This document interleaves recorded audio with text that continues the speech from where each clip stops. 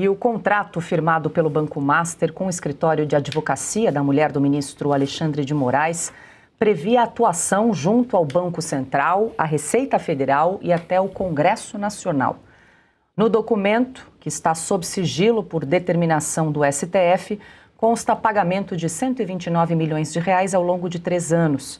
Segundo trechos do contrato, o escritório de Viviane Bart de Moraes e dos filhos do ministro atuaria em 5 frentes: Judiciário, Ministério Público, Polícia Federal, órgãos do Executivo, como Banco Central, Receita e o CAD, e também no Legislativo, acompanhando projetos de interesse do banco.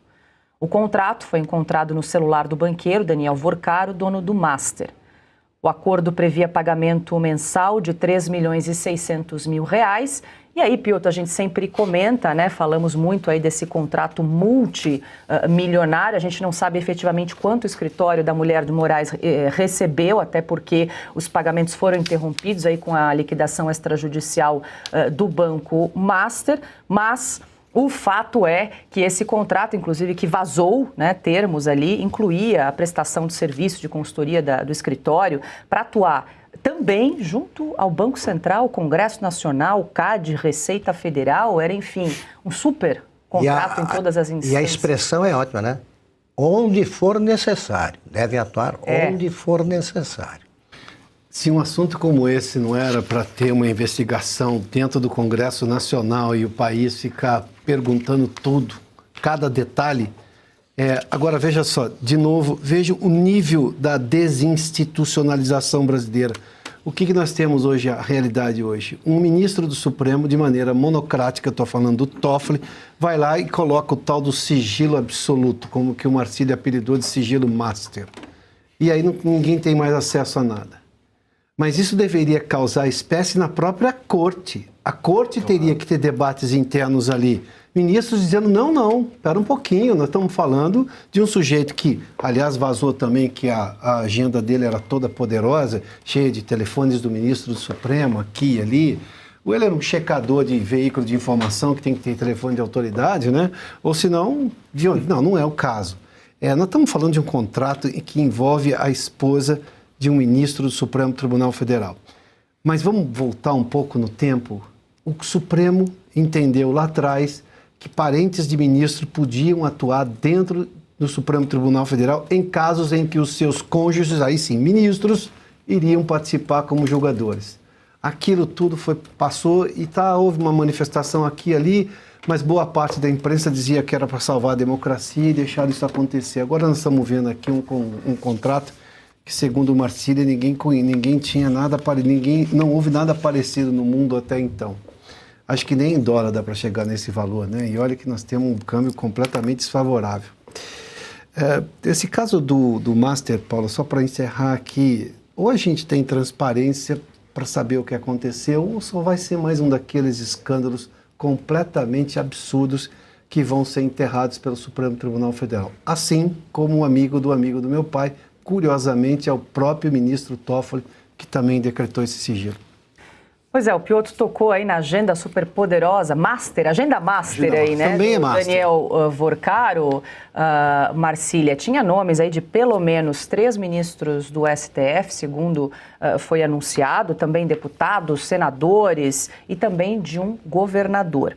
Nos ministros do Supremo tinha, então, os contatos de Alexandre de Moraes, Cássio Nunes Marques e, claro, do Dias Toffoli, que é o relator do inquérito que investiga o banco e que decretou, melhor dizendo, né, o sigilo absoluto das apurações que tramitam aí no Supremo.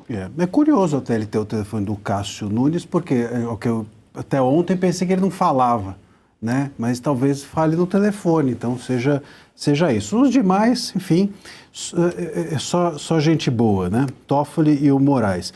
Esse contrato tem tanta coisa, né? Banco Central, Receita Federal, Congresso Nacional, Legislativo, CAD, Polícia Federal, Procuradoria-Geral, onde for necessário, como lembra o Augusto. Eu até chegou a questionar se ontem no SBT a mulher do Moraes não estava trabalhando, porque deve ser também assessora de imprensa, às vezes ela estava lá em nome do Vorcaro. Não é possível uma pessoa trabalhar tanto para um cliente só. Isso é totalmente imoral. A gente pode aqui, enfim, não podemos dizer que isso é ilícito, porque isso não foi investigado e deveria.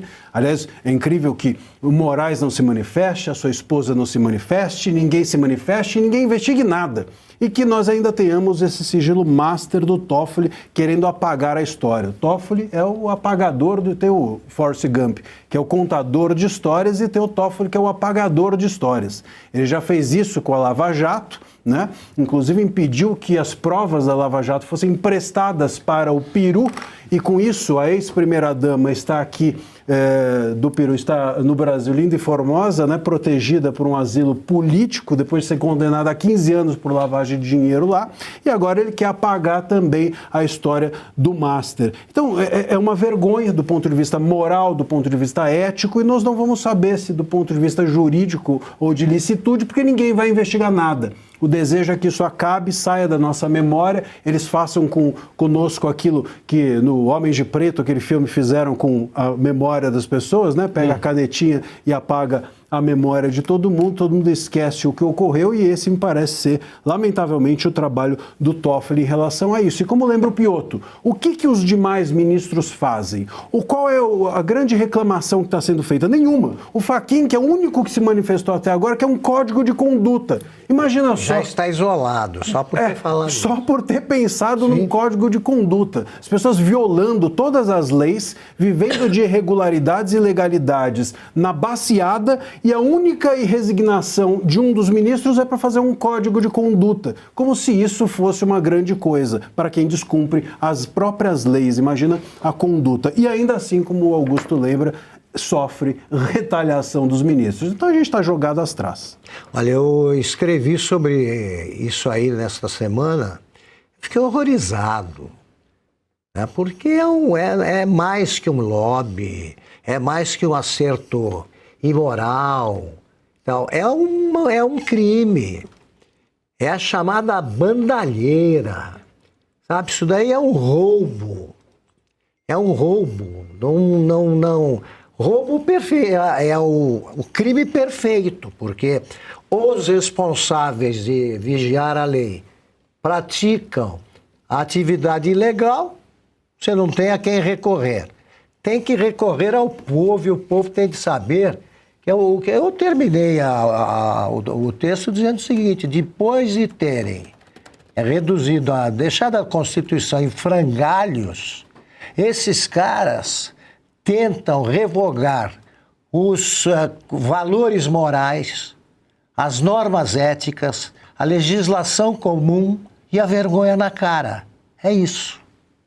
Ana, claro que não é ilegal ter o contato aí de ministros do Supremo e também de autoridades, de políticos na sua agenda de telefone. A questão é que está ficando cada vez mais difícil de esconder, né, essas ligações e a proximidade de Daniel Vorcaro com, por exemplo, o ministro Dias Toffoli, que pegou uma carona com um jatinho ao lado de um dos advogados que representa também o Banco Master, fora que ele que está ali comandando a ação no Supremo Tribunal Federal, ele que decretou o sigilo absoluto do caso e que também, em decisão recente, vale reforçar aqui, retirou da CPI, da CPMI do INSS o acesso ali a toda a quebra de sigilo bancário e telemático de Daniel Vorcaro, entregou todas as provas ao presidente do Senado, Davi Alcolumbre, e deixou ali a caixa preta, né, nas mãos do Alcolumbre nesse momento. Apagador de histórias. Exato.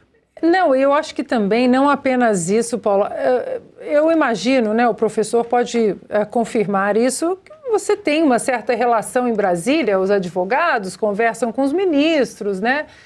Agora, 129 milhões de reais, 129 milhões de reais para a esposa de um dos ministros. Lembrando que toda a Lava Jato foi cancelada, enterrada, porque um juiz da primeira instância teria conversado com os promotores, com o Ministério Público, em mensagens que não foram periciadas, diga-se de passagem, foram, né, o caso aí da Vaza Jato, e toda a Lava Jato acabou por isso, por supostas conversas entre o então juiz Sérgio Moro e promotores, né, da Lava Jato. E agora, tudo normal. A esposa de um ministro do Supremo Tribunal Federal levar 129 milhões de reais. Ana, a Lava Jato acabou aqui. Continua produzindo efeitos em outros países. Esta ladra que veio do Peru, que trouxeram de avião... Dinheiro nosso, é. Com dinheiro nosso. Já tinha da FAB. Ela estava com problemas ali com a polícia por causa disso. E 3 presidentes estão presos por causa da Lava Jato. Esse ponto que o Augusto lembra é importantíssimo. A Lava Jato acabou no Brasil. No Brasil. Porque o Departamento de Justiça dos Estados Unidos, a Odebrecht, a Braskem, todos têm um acordo assinado no valor de 4 bilhões de dólares em devolução. Mas aqui, é igual aquela canetinha daquele filme, né, Homens de Preto, põe a canetinha, pum, todo mundo esquece tudo.